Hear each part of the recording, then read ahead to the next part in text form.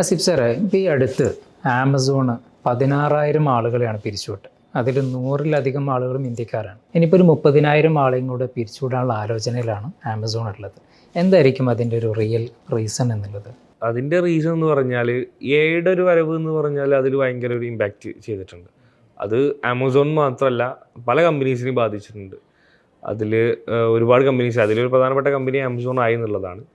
അത് ഒരു ഓണറെ സംബന്ധിച്ചിടത്തോളം അയാൾക്ക് ഹ്യൂമണിനെ കുറച്ചിട്ട് കൂടുതൽ പ്രൊഡക്ടിവിറ്റി ഉണ്ടാക്കുക എന്നുള്ളതാണ്. അവിടെ നമുക്ക് ചെയ്യാൻ പറ്റിയ നമ്മൾ പഠിക്കാൻ തയ്യാറാവുക, നമ്മുടെ സ്കില്ലിനെ, ഇപ്പോൾ എൻ്റെ റോളിൽ ഞാൻ ഇംപ്ലിമെൻ്റ് ചെയ്യുക, അതുപോലെ എൻ്റെ റോളിൽ ഏറ്റവും ബെറ്റർ ആയിട്ട് നിൽക്കുക, എൻ്റെ സ്കില്ലിനെ ഞാൻ എപ്പോഴും അപ്ഗ്രേഡ് ചെയ്തുകൊണ്ടിരിക്കുക, അപ്ഡേറ്റ് ചെയ്തുകൊണ്ടിരിക്കുക എന്നുള്ളത് ചെയ്യാൻ പറ്റുള്ളൂ. അങ്ങനെ പുറത്തേക്ക് ഒരു ഓണറെ സംബന്ധിച്ചിടത്തോളം ഓണർ വേ എന്ന് പറഞ്ഞാൽ, അല്ലെങ്കിൽ ഓണർ ചിന്തിക്കുന്ന വേ എന്ന് പറഞ്ഞാൽ ഹ്യൂമണിനെ കുറച്ചിട്ട് ഏറ്റവും പ്രൊഡക്ടിവിറ്റി ആക്കുക എന്നുള്ളതാണ് അയാൾ ചിന്തിക്കുള്ളൂ. അപ്പോൾ നമുക്കവിടെ ചെയ്യാനുള്ളത് പ്രത്യേകിച്ച് ഈ ഒരു സമയത്ത് എയുടെ വലിയൊരു റവല്യൂഷൻ നടന്നുകൊണ്ടിരിക്കുന്ന സമയമാണ്. ദിനം പ്രതി എയിൽ അപ്ഡേഷൻസ് വന്നുകൊണ്ടിരിക്കുകയാണ്. നമ്മൾ ഇത്ര എയുടെ പിന്നാലെ പോയിട്ട് പോലും നമുക്ക് അതിനൊപ്പം എത്താൻ കഴിയുന്നില്ല എന്നുള്ളൊരു സംഭവമുണ്ട്. അത് പല കമ്പനിയിലും ഭയങ്കരമായിട്ട് ബുദ്ധിമുട്ടുകൾ അനുഭവിക്കുന്നുണ്ട്. പ്രത്യേകിച്ച് കോഡിംഗ് മേഖലയൊക്കെ ഭയങ്കരമായിട്ട് റീപ്ലേസ് ചെയ്യപ്പെടുന്നുണ്ട്. ശരിക്കും അത് റീപ്ലേസ് ചെയ്യുകയല്ല ചെയ്യാതെ, നമ്മളതിനെ പഠിക്കാൻ തയ്യാറായാലും നമ്മൾ ആരും റീപ്ലേസ് ചെയ്യാൻ തയ്യാറാവില്ല. നമ്മൾ പഠിക്കാൻ തയ്യാറാവുക, നമ്മളെ ഡ്യൂട്ടീസിനെ കുറച്ചുകൊണ്ട് കൊണ്ട് ശരിക്കും നമ്മൾ പണിയെടുപ്പിക്കുക ചെയ്യേണ്ടത്. നമ്മളെ പണി കളയുന്നില്ല, നമ്മളെ കൊണ്ട് പണിയെടുപ്പിക്കുക എന്നുള്ളതാണ് ചെയ്യാൻ പറ്റുന്നത്. കാരണം ഒരു ഹ്യൂമൺ ആയാലും ആയാലും എന്തായാലും അതിൻ്റെ ഒരു ഡിഫറൻസ് ഉണ്ടാവും. ഇപ്പോൾ പറഞ്ഞ പോലെ ഇപ്പോൾ ആണെങ്കിലും സ്കില്ലുകൾ മാക്സിമം അപ്ഡേറ്റ് ചെയ്യുക എന്നുള്ള ഒരു കാര്യം തന്നെയാണ് ഇപ്പോൾ അതിലെ സൊല്യൂഷൻ ഉള്ളത്. പക്ഷേ ഇപ്പോൾ ധാരാളമായിട്ട് കേരളത്തിലും ഒരുപാട് ഇൻസ്റ്റിറ്റ്യൂട്ടുകൾ സ്കില്ല് അപ്ഡേറ്റ് ചെയ്യാം പേരിൽ തന്നെ ഒരുപാട് വെറൈറ്റീസ് കൊണ്ടുവന്നിട്ട് എല്ലാവരും കൊടുക്കുന്നത് സെയിം സാധനമാണ്. ദെൻ അതിൽ ഒരാൾക്ക് ഒരു സ്പെഷ്യലൈസ് ചെയ്ത് പഠിക്കുക എന്നുള്ള നിലക്ക് എന്താ ഇപ്പോൾ ആ ഒരു മേഖലയിൽ ഇപ്പോൾ ഒരു കുട്ടിയെ സംബന്ധിച്ചിടത്തോളം ഏത് സ്കില്ല് പഠിക്കണം എന്നുള്ള കൺഫ്യൂഷനിലായിരിക്കും ഉണ്ടാവും. അപ്പോൾ ഒരൊറ്റ കോഴ്സിലൂടെ കുറേ സാധനം പഠിക്കുക എന്നുള്ള അങ്ങനെ എന്തെങ്കിലും ഒരു ഓപ്ഷൻസ് ആണ് അതിൽ. അങ്ങനെ ഒരുപാട് ഓപ്ഷൻസ് ഉണ്ട്. പക്ഷേ അതിൽ എനിക്ക് സാർ ഇപ്പോൾ പറഞ്ഞതുപോലെ ഒരുപാട് കുട്ടികൾ പഠിക്കാൻ ശ്രമിക്കുന്നുണ്ട്. 10ാം ക്ലാസ് കഴിഞ്ഞ് അല്ലെങ്കിൽ +2 കഴിഞ്ഞ് കൂടുതൽ ആളുകൾ ഡിഗ്രിക്ക് പോകുന്നില്ല. കൂടുതൽ ആളുകൾ എന്താ ചെയ്യുന്നത് വെച്ചാൽ, നമ്മൾ പണ്ടൊരു വീഡിയോയിൽ ഡിസ്കസ് ചെയ്തൊരു കാര്യം ഉണ്ടായിരുന്നു.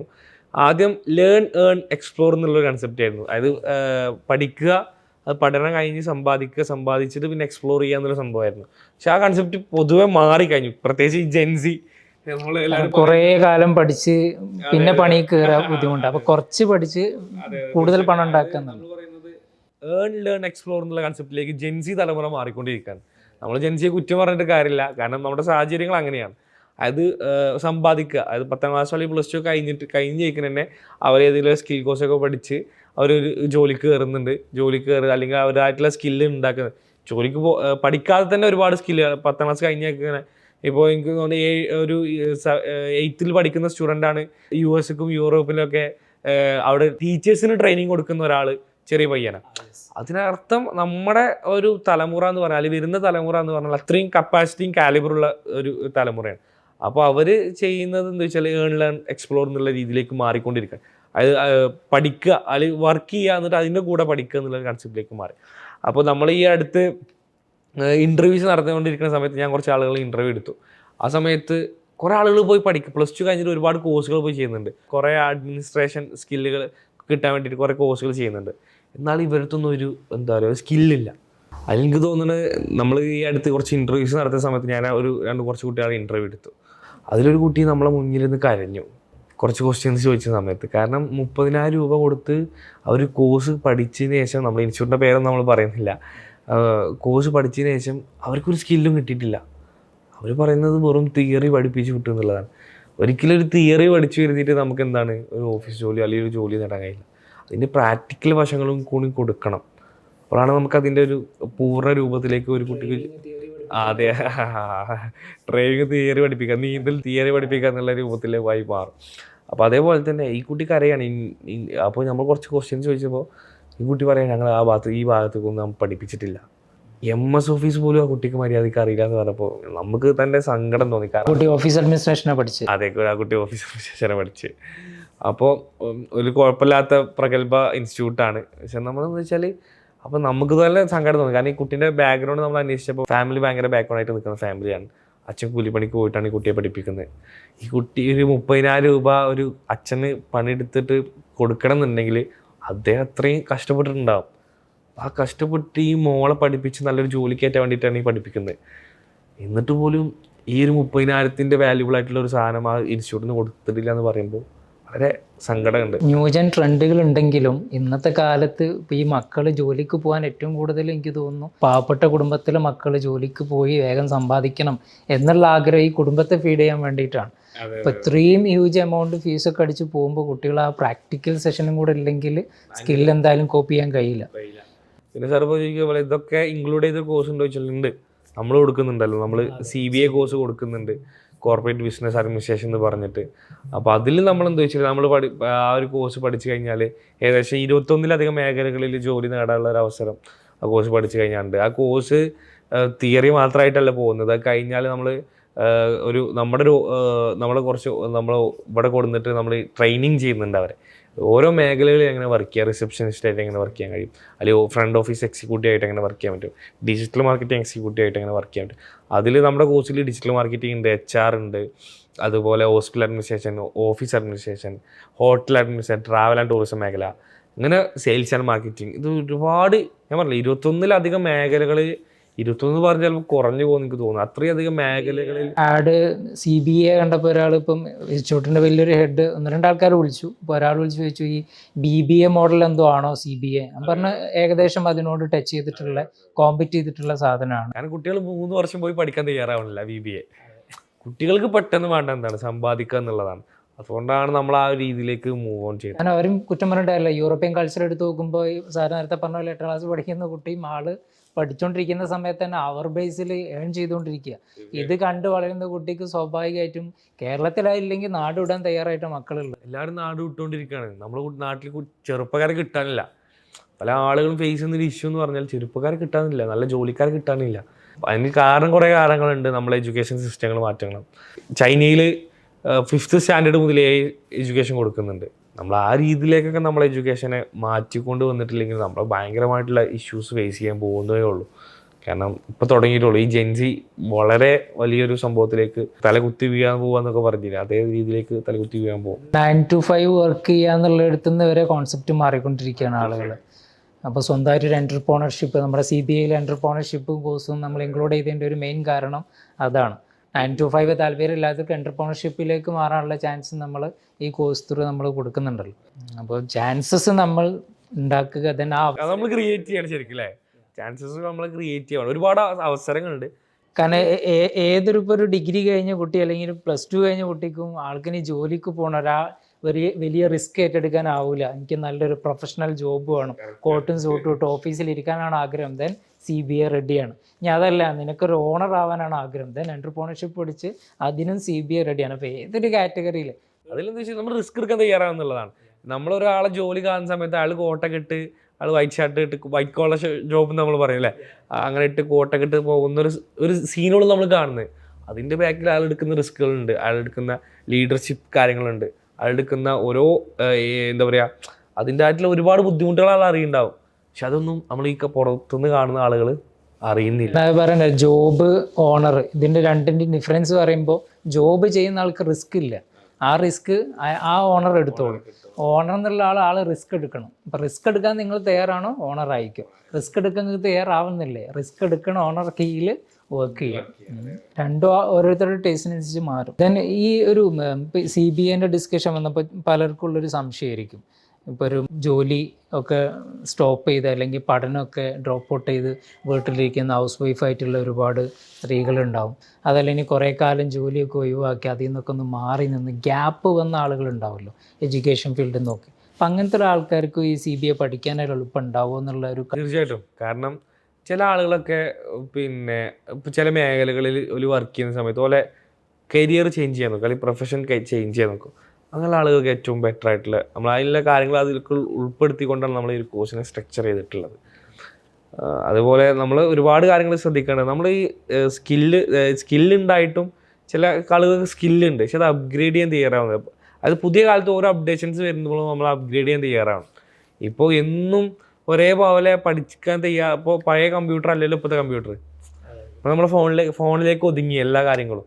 മറ്റേതെന്ന് പറഞ്ഞാൽ നമ്മൾ ആ ഫസ്റ്റ് കമ്പ്യൂട്ടർ ഇറങ്ങേണ്ട സമയത്തുള്ള കമ്പ്യൂട്ടർ എന്ന് പറഞ്ഞാൽ നമുക്ക് എനിക്ക് തോന്നുന്നത് ഈ നമ്മുടെ ഈ ഒരു ജെൻസി ടീമിനൊന്നും ആ ഒരു കമ്പ്യൂട്ടറിനെ കുറിച്ച് ആലോചിക്കാനേ കഴിയുന്നുണ്ടാവില്ല.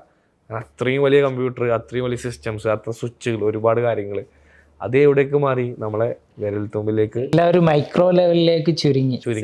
യെസ്. അപ്പോൾ കോഴ്സ് ആ രൂപത്തിൽ തന്നെ മൈക്രോ ലെവലിലേക്ക് ചുരുക്കി വൈഡ് ആയിട്ടുള്ള ചാൻസ്. 3 ഇയർ എന്നുള്ളത് നമ്മൾ ഷോർട്ട് ചെയ്തിട്ട് പെട്ടെന്ന് ജോലി കിട്ടുക എന്നുള്ളത് സംഭവത്തിലേക്ക്. പക്ഷെ ഇതിൽ ഞാൻ കണ്ട സിലബസിൻ്റെ ഒരു ഏറ്റവും വലിയൊരു അഡ്വാൻറ്റേജ് എന്ന് പറയുന്നത് ഷോർട്ടാണെങ്കിലും വൈഡ് ആയിട്ടുള്ള ചാൻസ് ആണ്. ഒരുപാട് ഓപ്പർച്യൂണിറ്റീസ് ആണ്. അതായത് ഒരു കോഴ്സ് പഠിച്ചാൽ ഒരു മേഖലയിൽ മാത്രമേ ജോലി കിട്ടുള്ളൂ. പക്ഷെ അതിനപ്പുറത്തേക്ക് ഒരുപാട് മേഖലകൾ, 21 HR എക്സിക്യൂട്ടീവ്, അതുപോലെ ഡിജിറ്റൽ മാർക്കറ്റിംഗ്. എനിക്ക് തോന്നുന്നു സാർ പറഞ്ഞാൽ 21 എന്നുള്ളൊരു മേജർ കണക്കാണ്. അതിന് മേലോട്ട് കുറേ പോകാൻ പറ്റും.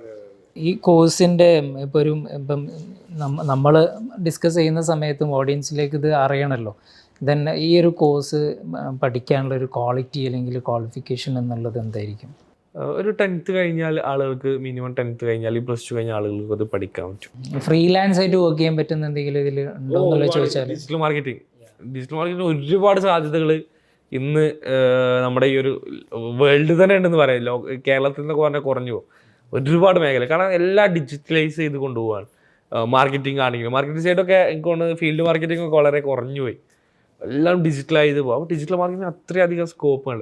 പക്ഷേ അതിനപ്പുറത്തേക്ക് സ്കിൽഡ് ഡിജിറ്റൽ മാർക്കറ്റിംഗ് ആവശ്യം. ഒരുപാട് ഡിജിറ്റൽ മാർക്കറ്റിംഗ് AI വന്ന സമയത്ത് ഒരുപാട് ആൾക്കാർ ചോദിച്ച സാധനം AI ഒക്കെ വന്നു, ഇനിയിപ്പോൾ ഡിസൈനൊക്കെ ഓര് ചെയ്യൂല. പക്ഷെ അതിലുണ്ടാവുന്ന ഒരു കാര്യം ഇതാണ്, അവരുടെ ആ ഒരു ഡിസൈനിങ് കപ്പാസിറ്റീസ് ആണ് AIക്ക് ചെയ്യാൻ കഴിയില്ല. നമ്മൾക്ക് AI ഉപയോഗിക്കാൻ കഴിഞ്ഞാൽ ഒരുപാട് ക്രിയേറ്റിവിറ്റി കാര്യങ്ങൾ നമുക്ക് ക്രിയേറ്റ് ചെയ്യാൻ കഴിയുന്നുള്ളത് ഇപ്പോൾ DMൻ്റെ ഇപ്പോൾ പറഞ്ഞപ്പോൾ കഴിഞ്ഞ വീക്ക് ഒരു ഇൻസ്റ്റിറ്റ്യൂട്ട് പോയപ്പം, പ്രധാനപ്പെട്ട ഒരു ഇൻസ്റ്റിറ്റ്യൂട്ടാണ്, അപ്പോൾ അവിടെ വരെ ദാരിദ്ര്യമുണ്ട് ഒരു നല്ലൊരു DM ഫാക്കൽറ്റിനെ കിട്ടാൻ. then സ്കില്ല് പഠിക്കുന്ന കുട്ടിക്ക് ഒന്നുകൂടി ബെറ്റർ ആയിരിക്കും CBA എടുത്തു കഴിഞ്ഞാൽ അവർക്ക് ഫാക്കൽറ്റി ആയിട്ടും പോകാൻ പറ്റുന്നൊരു ഓപ്ഷൻ. ലേഡീസ് ഒന്നും കൂടി ഈ ഒരു ബിസിനസ് മൈൻഡ് സെറ്റിലേക്ക് കൂടുതൽ കടന്നു വരുന്നത് എനിക്ക് തോന്നുന്നു. നമ്മളെ ഫാഷൻ ഡിസൈനിങ് കോഴ്സിൽ നമ്മളെ ബോട്ടിക് ക്യാമ്പിൽ നമ്മൾ കണ്ടതാണല്ലോ. കാസർഗോഡ് നിന്ന് ഒരാൾ ഒരു പ്രോഗ്രാം അറ്റൻഡ് ചെയ്യാൻ ഇവിടെ വന്നിട്ട് ഒരു 1 day പ്രോഗ്രാം, ഹാഫ് ഡേ പ്രോഗ്രാമാണ് പറഞ്ഞിരുന്നത്. നമ്മൾ ഉച്ചവരെയുള്ള പ്രോഗ്രാം പറഞ്ഞിട്ട് ആ ഉച്ചവരെ ഉള്ള പ്രോഗ്രാം അറ്റൻഡ് ചെയ്യാൻ കാസർഗോഡ് നിന്ന് ഇവിടുന്ന് വന്ന ആളെ മൈൻഡ് സെറ്റ് എന്ന് പറഞ്ഞാൽ വളരെ വലുതായിരുന്നു.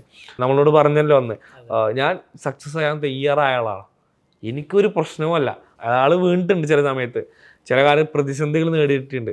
പക്ഷെ അതിനൊക്കെ ഒരു റിക്കവറി ആയൊരു തയ്യാറായിട്ട് സക്സസ് വുമണാണ് എൻ്റെ ലക്ഷ്യം എന്ന് പറഞ്ഞ് നടക്കുന്ന ഒരുപാട് ആളുകളുണ്ട്. അന്ന് നമ്മൾ കുറേ ആളുകൾ കണ്ട, എറണാകുളത്ത് നിന്ന് വന്ന ആളുകൾ ഒരുപാട് കഷ്ടപ്പെട്ടിട്ടുണ്ട്. എനിക്കൊന്ന് അത്ഭുതമായത് എന്താ വെച്ചാൽ അവരൊക്കെ ഓൺലൈനിൽ ഫാഷൻ ഡിസൈനിങ് പഠിച്ചിട്ട് ബോട്ടിക്ക് സ്റ്റാർട്ട് ചെയ്ത് പറയുമ്പോൾ ഭയങ്കര അത്ഭുതം. ഞാൻ അന്ന് ഇൻട്രൊഡക്ഷനിൽ പറഞ്ഞല്ലോ, അവർക്ക് ക്ലാസ് കൊടുക്കുക എന്നുള്ള നമ്മളെ സംബന്ധിച്ചിടത്തോളം ഒരു കുറവായിട്ടാണ് തോന്നുന്നത്. അത്രയും സ്മാർട്ടായിട്ട് അവർ ഓൺലൈനിൽ പഠിച്ചിട്ട്. നമ്മൾ ഫാഷൻ ഡിസൈനിങ് ഓൺലൈനിൽ തുടങ്ങുന്ന സമയത്ത് കുറേ ആളുകൾ ചോദിച്ചിരുന്നു, ഓൺലൈനിൽ ഫാഷൻ ഡിസൈനിങ് എങ്ങനെ പോസിബിൾ ആവും? അപ്പോൾ അതൊക്കെ നമുക്ക് സക്സസ്സിലൂടെ നമുക്ക് കാണിച്ചു കൊടുക്കാൻ പറ്റും എന്നുള്ളത് വലിയൊരു CBA കൊണ്ടും വിപ്ലവങ്ങൾ ഇനി സാധ്യമാക്കാൻ പറ്റും. തീർച്ചയായിട്ടും വലിയൊരു ബൂമിങ് അല്ലേ, അങ്ങനെ വേണമെങ്കിൽ നമുക്ക് പറയാം. വലിയൊരു ബൂമിങ് നമ്മൾ കാരണം അന്വേഷിച്ചിടത്തോളം കേരളത്തിൽ ഒരു ഇൻസ്റ്റിറ്റ്യൂട്ടും ചെറുതും വലുതും ഏതാവട്ടെ ഒരു ഇൻസ്റ്റിറ്റ്യൂട്ടിലും ഈ ഒരു കോഴ്സ് മോഡുലേഷൻ എവിടെയില്ല. പലതും പല പേരിലും പലതും ഇറക്കുന്നുണ്ടെങ്കിലും കോഴ്സിൻ്റെ ഡിസൈൻ മാത്രമല്ല, പക്ക നമുക്ക് ഉറപ്പിക്കാൻ പറ്റും പഠിച്ചിറങ്ങുന്ന മക്കൾ അവർ എവിടെയും നിർത്താൻ പറ്റുന്ന ലെവലിലേക്ക് ലീഡർഷിപ്പ് ക്വാളിറ്റി നമുക്ക് ബിൽഡ് ചെയ്യാൻ പറ്റും. കാരണം നമുക്ക് പ്രാക്ടിക്കൽ അവർക്ക് കുറച്ച് കൊടുക്കുന്നുണ്ടല്ലോ. അങ്ങനെ തിയറി തന്നെ പഠിക്കുക എന്നുള്ളതല്ല എന്ന് തന്നെ നമ്മൾ ഇപ്പോഴും പറയും. ഇൻഡസ്ട്രിയൽ എക്സ്പോഷർ നമ്മൾ കൊടുക്കുകയാണ്. ഒരു മേഖല, ഒരു ഓഫീസിൽ പല ഡിപ്പാർട്ട്മെന്റ്സ് ഉണ്ടാവും. അപ്പം നമ്മുടെ ഇവിടെ ഓഫീസിൽ തന്നെ നമുക്ക് 8-9 ഡിപ്പാർട്ട്മെന്റ്സ് ഉണ്ട്. ആ ഡിപ്പാർട്ട്മെന്റിലൊക്കെ അവർക്ക് വർക്ക് ചെയ്യാൻ കഴിയും. ഇപ്പോൾ ഒരു അക്കൗണ്ട്സിലാണ് ഒരു ദിവസം എന്നുണ്ടെങ്കിൽ അത് കഴിഞ്ഞാൽ ചിലപ്പോൾ മെൻറ്റർ ടീമിൻ്റെ കൂടെ ആയിരിക്കും, ഒരു ദിവസം അക്കാദമിക്സിൻ്റെ കൂടെ ആയിരിക്കും, ഒരു ടീം സെയിൽസിൻ്റെ കൂടെ ആയിരിക്കും. ഇങ്ങനെ റൊട്ടേറ്റിംഗ് ചെയ്ത് എല്ലാ മേഖലയും ഡിപ്പാർട്ട്മെൻറ്റിൽ കയറി ഇറങ്ങി അവർക്ക് എല്ലാത്തിലും കൂടി ഉള്ളൊരു എക്സ്പീരിയൻസ് ഉണ്ട്. അവർക്ക് ചൂസ് ചെയ്യാൻ പറ്റണം, ഞാൻ ഏത് മേഖലയിൽ ജോലി ചെയ്യണം എന്നുള്ള ചൂസ് ചെയ്യാനുള്ള ഓപ്ഷനാണ് നമ്മൾ കൊടുക്കുന്നത്. ശരിക്കും പറഞ്ഞാൽ ചുരുക്കത്തിൽ അത് തന്നെയാണ്.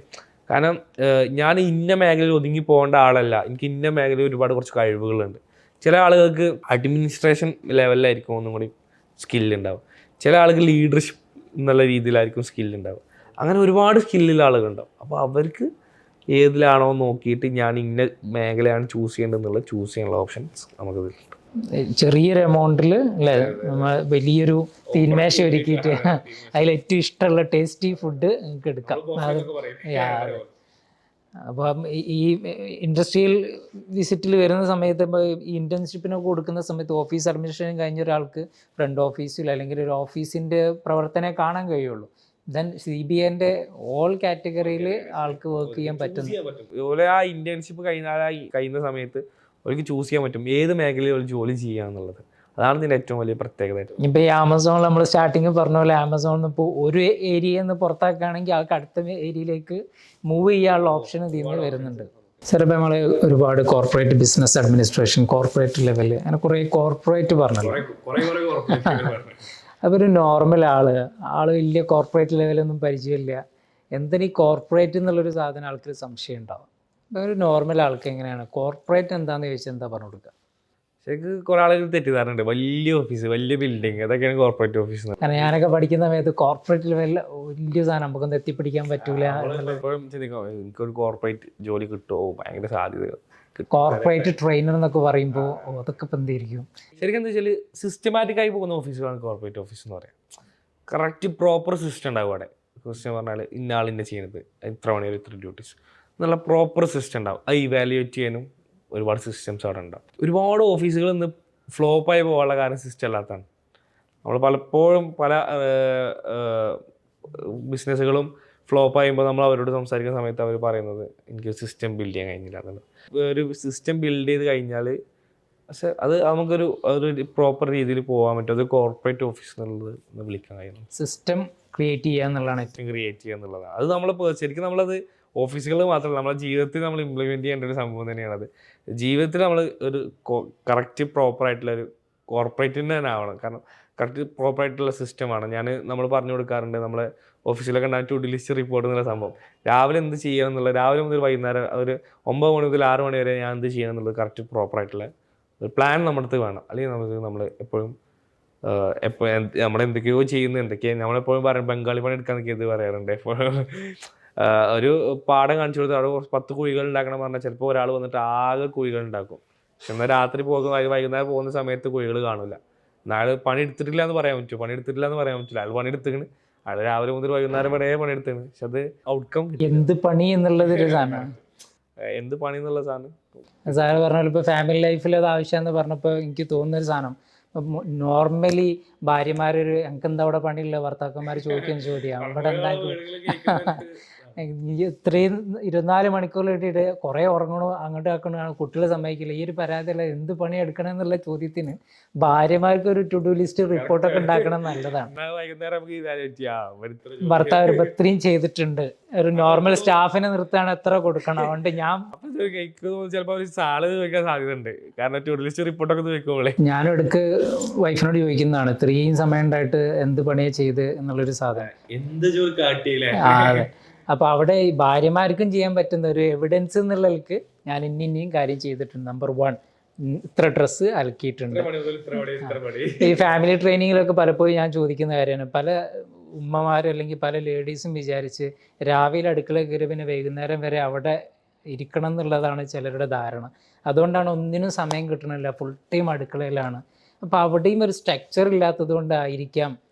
ശരിക്കും നമ്മുടെ ഓഫീസുകളിൽ മാത്രമല്ല നമ്മുടെ ജീവിതത്തിലും ഒരു കറക്റ്റ് പ്രോപ്പർ എന്താ പറയുക ടു ഡു ലിസ്റ്റ് റിപ്പോർട്ട് ഉണ്ടായി കഴിഞ്ഞാൽ നമ്മുടെ ലൈഫിനെ അല്ലെങ്കിൽ നമ്മുടെ ജീവിതത്തെ സക്സസ് എന്നുള്ള നമുക്കൊരു ഇവാലുവേഷനും പെർഫോമൻസും ഒക്കെ കാൽക്കുലേറ്റ് ചെയ്യുമ്പോൾ 2025 എന്ത് ചെയ്തു എന്നുള്ളതിന് ആ റിപ്പോർട്ട് തന്നെ മതി. ഞാൻ ഈ അടുത്തൊരു സ്റ്റുഡൻറ്റിനോട് ഇങ്ങനെ പറഞ്ഞു, നമ്മളൊരു ഓൺലൈൻ സ്റ്റുഡൻറ്റിനോട് പറഞ്ഞ് നിങ്ങളുടെ ജീവിതത്തിൽ നിങ്ങളെ ടു ഡു ലിസ്റ്റ് റിപ്പോർട്ട്, അപ്പോൾ അവരത് ഇംപ്ലിമെൻറ്റ് ചെയ്തു ജീവിതത്തിൽ. എന്നിട്ട് അവരുടെ കുറച്ച് കഴിഞ്ഞിട്ട് പിന്നെ വിളിക്കുന്നത് കുറച്ച് ദിവസം കഴിഞ്ഞിട്ട് സാർ ഞാൻ അത് ഇംപ്ലിമെൻറ്റ് ചെയ്തു, എനിക്ക് ജീവിതത്തിൽ ഭയങ്കരമായ മാറ്റങ്ങൾ എനിക്ക് ഫീൽ ചെയ്യുന്നുണ്ട്, എനിക്ക് എൻ്റെ പല കാര്യങ്ങൾക്കും ടൈം കണ്ടെത്താൻ പറ്റുന്നുണ്ട് എന്നുള്ളത്.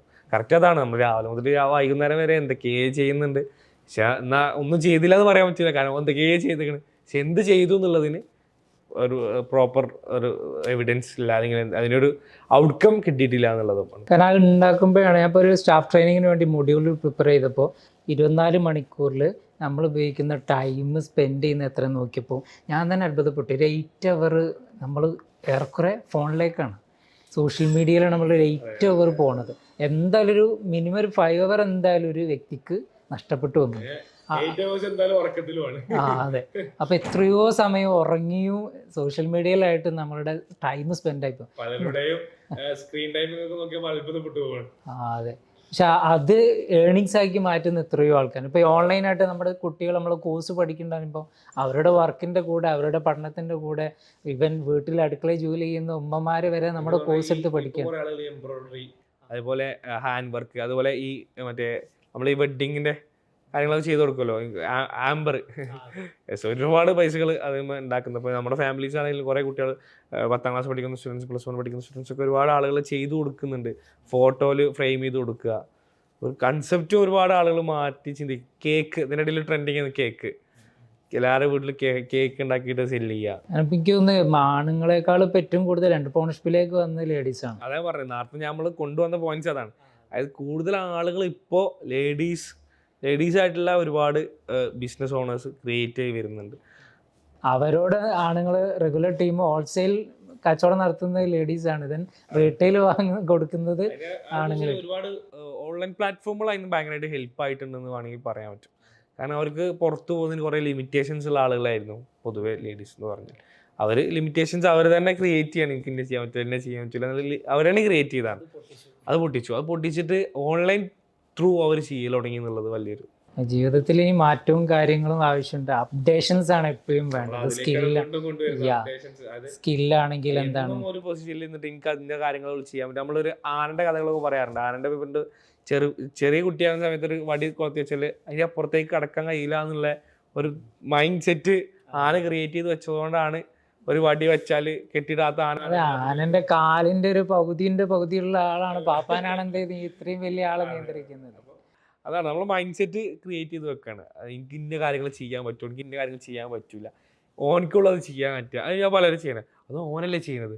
അതെന്താ ഓന് നമ്മളെ പോലത്തെ ഒരു മനുഷ്യനല്ലേ, അതേപോലെ നമുക്കും ചെയ്യാൻ കഴിയും. ഈ മക്കളുടെ വിഷയത്തിൽ കമ്പയർ ചെയ്യാറുണ്ടല്ലോ. ഇപ്പം ഇടയ്ക്ക് ഫാമിലിയിൽ തന്നെ ചിലരോട് ഈവൻ വൈഫിനോടൊക്കെ പറയലാണ്, മറ്റോള് ചെയ്യുന്നത് കണ്ടില്ല അത് ഈ പറയരുത്. ഇപ്പം ഞാൻ പറയാണ്, അപ്പുറത്തെ വീട്ടിലെ ഖദീജ ഉണ്ടാക്കുന്ന ഫുഡ് എനിക്ക് ഉണ്ടാക്കാൻ പറ്റുന്നുണ്ടെന്ന് വെച്ചാൽ നിനക്ക് ഉണ്ടാകുന്ന ഒരു സാധനം ഉണ്ടല്ലോ. അപ്പോൾ നീ ചോദിക്കുന്നത് അപ്പോൾ ഖദീജൻ്റെ ഫുഡായാലും നിങ്ങൾക്ക് പറ്റിയെന്ന് ചോദിച്ചാൽ അവിടെ പോകാൻ ഭയങ്കര പ്രശ്നമാവും. അതെ, മക്കളുടെ വിഷയത്തിലും ആ കുട്ടി അങ്ങനെ വെച്ചിട്ടുണ്ട്, ഈ കുട്ടി പാരമ്പര്യത്തിന് വലിയ സാധനം. ഇപ്പം എൻ്റെ കുട്ടി മത്തം കുത്തിയാൽ കുമ്പളം മുളയ്ക്കുക എന്നുള്ളൊരു ചോദ്യം ഉണ്ടല്ലോ. അപ്പം എൻ്റെ കുട്ടിക്ക് കിട്ടുന്ന പുതിയ സാധനം എൻ്റെതായിരിക്കും, എൻ്റെതിലൂടെ വരും. അപ്പൊ സ്വന്തം അപ്ഡേഷൻസ് കൊണ്ടുവരിക, മറ്റുള്ളവരെ കമ്പയർ ചെയ്യുന്ന പോയിന്റിലേക്ക് അതിനെത്തുന്നത്. അത് ഉള്ള സ്കില്ലുകളിൽ നമ്മൾ നിരന്തരം അപ്ഡേറ്റ് ചെയ്തുകൊണ്ടിരിക്കുക നമ്മുടെ സ്കില്ലുകൾ. അല്ലെങ്കിൽ നമ്മൾ ഫീൽഡ് ഔട്ട് ആയി പോകും. ഏത് ഫീൽഡാണെങ്കിലും ഭാര്യ എന്നുള്ള രീതിയിൽ അവർ അപ്ഡേറ്റ് ചെയ്യേണ്ട കുറേ കാര്യങ്ങളുണ്ടാവും. അല്ലെങ്കിൽ ഭർത്താവ് എന്നുള്ള രീതിയിൽ അപ്ഡേറ്റ് ചെയ്യേണ്ട കാര്യം, അല്ലെങ്കിൽ ഒരു ജോലിയാണെങ്കിൽ ആ ജോബ് റോളിൽ നമ്മൾ അപ്ഡേറ്റ് ചെയ്യേണ്ട ഒരുപാട് സ്കിൽസ് ഉണ്ടാവും. ഉള്ള സ്കിൽസ് കാരണം നിരന്തരം അപ്ഡേഷൻസ് വന്നുകൊണ്ടിരിക്കുകയാണ്. നമ്മൾ പറയുന്നുണ്ട്, ആ തന്നെ നിരന്തരം അപ്ഡേഷൻസ് ഇങ്ങനെ വന്നുകൊണ്ടേയിരിക്കുകയാണ്. അത് നമ്മൾ അപ്ഡേറ്റ് ചെയ്യാൻ നമ്മുടെ ജീവിതത്തിൽ തയ്യാറായിട്ടില്ല എന്നുണ്ടെങ്കിൽ നമ്മൾ ഔട്ടാണ്. കാരണം ആളെ കിട്ടാത്ത പ്രശ്നമല്ല, ഒരുപാട് ആൾക്കാർ വെയിറ്റിംഗ് ആണ്. അപ്പം അവിടെ എന്നെ എന്തിനു സെലക്ട് ചെയ്യണം എന്നുള്ളൊരു ചോദ്യം ഉണ്ടല്ലോ. ജോലിക്കാരെ ആവശ്യമുണ്ട്, പക്ഷേ സ്കിൽഡ് ആയിട്ടുള്ള ആളുകൾ കിട്ടുന്നില്ല എന്നുള്ളതാണ് പലപ്പോഴും നമ്മൾ ഇപ്പം ഞാൻ നേരത്തെ പറഞ്ഞ DMൻ്റെ ഒരാൾ ഫാക്കൽറ്റിനെ വേണം, 2 ആളെ വേണമെന്ന് പറഞ്ഞു അർജൻറ്റായിട്ട്. അപ്പോൾ ആള് വരുന്നുണ്ട്, ബട്ട് ഒരു ഫാക്കൽറ്റി അത്രയും സ്കിൽഡ് ആയിട്ടുള്ള ഒരാൾ പറഞ്ഞില്ല. നമ്മൾ ഈ അടുത്ത് ഇന്റർവ്യൂ നടത്തുന്ന സമയത്ത് ഏകദേശം 60ഓളം ആളുകൾ ഇന്റർവ്യൂ അറ്റൻഡ് ചെയ്തിട്ടുണ്ട്, കാൻഡിഡേറ്റ്സ്. പക്ഷെ നമുക്ക് അതിന് 2 ആളുകളെ നമുക്ക് ആകെ അന്ന് ഷോർട്ട് ലിസ്റ്റ് ചെയ്ത് കിട്ടിയത്. അതിനർത്ഥം എന്താ, ഒരുപാട് ആളുകളുണ്ട് പക്ഷെ സ്കിൽഡ് ആയിട്ടുള്ള ആളുകളില്ല എന്നുള്ളതാണ്. എനിക്ക് തോന്നുന്നു CBA ഒക്കെ ഇറങ്ങാൻ തന്നെ അത്രയും ഒരുപാട് വിഷമങ്ങളും കാര്യങ്ങളും അത്രയും റിസർച്ച് ചെയ്തിട്ടാണ് CBA കോഴ്സൊക്കെ ക്രിയേറ്റ് ചെയ്യുന്നത്. കാരണം നമ്മൾ എപ്പോഴും പറയേണ്ട ഒരു പ്രോബ്ലം സോൾവിങ് ആണ് നമ്മൾ പല കാര്യങ്ങളും പറയേണ്ടത്. അങ്ങനെ ഒരു പ്രോബ്ലം ബിസിനസ് ആണെങ്കിലും എന്ത് സാധ്യതയാണെങ്കിലും ഓപ്പർച്യൂണിറ്റിയും ദെൻ പ്രോബ്ലം സോൾവിങ് ഒരുപാട് ബുദ്ധിമുട്ടുന്നുണ്ട്, നല്ല സ്കിൽഡ് ആയിട്ടുള്ള എംപ്ലോയീസിനെ കിട്ടാത്തതുകൊണ്ട്. അപ്പോൾ അങ്ങനെ സ്കിൽഡ് ആയിട്ടുള്ള കുറച്ച് എംപ്ലോയീസിനെ ക്രിയേറ്റ് ചെയ്യുക എന്നുള്ള ഒരു ലക്ഷ്യത്തോടെയാണ് നമ്മൾ ഇപ്പോഴത്തെ ഒരു ബിസിനസ്സിൻ്റെ സെയിൽസിലേക്ക് എത്ര ഹ്യൂജ് വലിയ സാലറി വെച്ചിട്ടും ആർക്കും ഈ പറഞ്ഞ ന്യൂജൻ ടീമിന് താല്പര്യമില്ല സെയിൽസിലേക്ക്. അപ്പോൾ സെയിൽസ് എന്താണ് എന്ന് കൃത്യമായിട്ട് അറിയാത്തതുകൊണ്ടാണ് ആ ഒരു ഇൻട്രസ്റ്റ് വരാത്തത്. കാരണം സാലറിനേക്കാൾ സെയിൽസിൽ എനിക്ക് തോന്നുന്നത് സെയിൽസിലാണ് ഏറ്റവും കൂടുതൽ ആളുകൾ ഇൻകം ഉണ്ടാക്കുന്നത്. കാരണം സാലറി ഇപ്പോൾ ഒരു 25 ആണെങ്കിൽ 20 ആണെങ്കിൽ അതിൻ്റെ ഒരു 4 മടങ്ങ് അയാൾ കമ്മീഷനായിട്ടും അല്ലാതെയും വാങ്ങുന്നു. പല ആളുകളവർക്ക് ഇപ്പോൾ ഞാൻ ഇപ്പോൾ അടുത്ത് ഈ ഹൈലൈറ്റ് ഗ്രൂപ്പിൽ അവർ സെയിൽസ് ടീമിനാണ് ആ ഒരു വലിയ അച്ചീവ്മെൻറ്റ്സ്, കാറുകളും റേഞ്ച് റോവറും കാര്യങ്ങളും കൊടുക്കും. അതിനർത്ഥം അത്രയും ഇൻകം അല്ലെങ്കിൽ അത്രയും പ്രോഫിറ്റ് ഇവരുടെ കാരണത്താൽ കമ്പനിക്ക് കിട്ടി എന്നുള്ളതാണ് അതിൻ്റെ ഒരു നമുക്ക് കാണാൻ പറ്റും. അപ്പോൾ സെയിൽസ് ടീം എന്ന് പറഞ്ഞാൽ അത്രയും വലിയൊരു. അപ്പോൾ നമ്മുടെ ഓഫീസിൽ തന്നെ നമ്മൾ സെയിൽസ് ടീമിന് 7 ആളുകൾക്ക് iPhone കൊടുത്തിരുന്നു. iPhone 15 സീരീസ് ഇറങ്ങിയ സമയത്ത്. അപ്പോൾ അത് അവർക്ക് അത് നേടിയെടുക്കാനുള്ള കഴിവ് അവർ ഉണ്ടാക്കിയെടുക്കുന്നുണ്ട് എന്നുള്ളതാണ്. അപ്പോൾ നമ്മൾ വീണ്ടും ചുരുക്കം പറഞ്ഞെത്തുന്നത് സ്കിൽഡ് ആയിട്ടുള്ള പേഴ്സൺസ് ആയിട്ട് നമ്മൾ മാറുക എന്നുള്ളതാണ്. നമ്മളെ കഴിവുകളെ അപ്ഗ്രേഡ് ചെയ്ത് നിരന്തരം അപ്ഡേഷൻസ് നമ്മളെ ലൈഫിൽ കൊണ്ടുവന്ന് നമ്മൾ വർക്ക് ചെയ്യുന്ന അല്ലെങ്കിൽ നമ്മൾ എവിടെയാണോ വീക്ക്നെസ് ഉള്ള അവിടെ ചിലപ്പോൾ ലീഡർഷിപ്പിലെ ആളുകൾക്ക് ലീഡർഷിപ്പിൽ കുറച്ചും കൂടി കാര്യങ്ങൾ അപ്ഡേറ്റ് ചെയ്യേണ്ടി വരും. അപ്പോൾ എവിടെയാണോ വീക്ക്നെസ് അവിടെ നിരന്തരം അപ്ഡേഷൻസ് കൊടുത്തുകൊണ്ട് നമ്മുടെ ഒരു കരിയറിനെ ബിൽഡ് ചെയ്യുക, നമ്മുടെ ലൈഫിനെ സെറ്റപ്പ് ചെയ്യുക എന്നുള്ളതാണ് നമ്മളൊരു ഈ ലാസ്റ്റ് ഒരു കൺക്ലൂഡ് ചെയ്ത് ഈ ഒരു കൊണ്ടുവരുന്നത്. നെക്സ്റ്റ് നമുക്ക് വേണ്ടി ഇരിക്കുക. അടുത്തൊരു ടോക്കുമായിട്ട് നമ്മൾ വീണ്ടും വരും. ഓക്കെ.